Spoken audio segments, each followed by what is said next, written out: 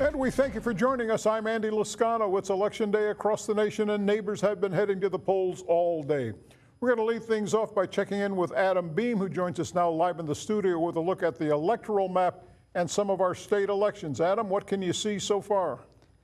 Well, Andy, like we said earlier, this election is going to be a close one. More states are being called, but the polls are going to be closing very soon here at the top of the hour. States like Nevada, which is one of those big battleground states that we're going to be keeping an eye on. Again, those polls are going to be closing at the top of the hour. But let's look at the polls that have closed so far. We have recently learned that Ohio, Donald Trump is the projected winner there. However, other states like Wisconsin, Michigan, PA, North Carolina, and Georgia, those big battleground states, those are still too close to call. Let's take a look actually at what the difference currently is in those states. So here we have the differences right now. Trump is currently leading in Georgia with about 250,000 votes. Kamala Harris has a lead in Michigan of about 60,000. But look at the percentage of the votes totaled so far. Some of these races are nearing their end, at least percentage-wise.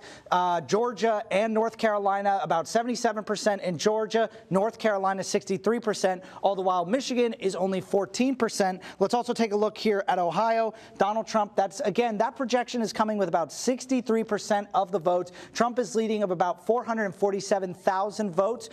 If Kamala Harris is able to flip Ohio, we will just have to see, but it would have to be quite a sizable number of votes coming in for Kamala in order to flip Ohio. So most likely that projected win for Donald Trump is going to stay. Pennsylvania and Wisconsin, those other two massive states for both candidates. Kamala is leading right now, 95,000 votes in the state of Pennsylvania and 30,000 votes in the state of Wisconsin. Pennsylvania, about 33% of those votes have been tallied so far, and 21% in the state of Wisconsin.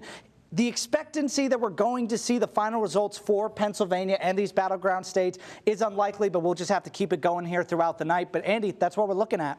All right, Adam, you know we're going to check back in with you here a little bit later this evening.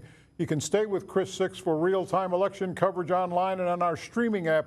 On the KRIS app, you'll also find our partners at Scripps News. They're covering what's happening nationally in the race for the White House and control of Congress. We'll be back with more news on KRIS TV at 9 o'clock and 10 o'clock. We'll see you then.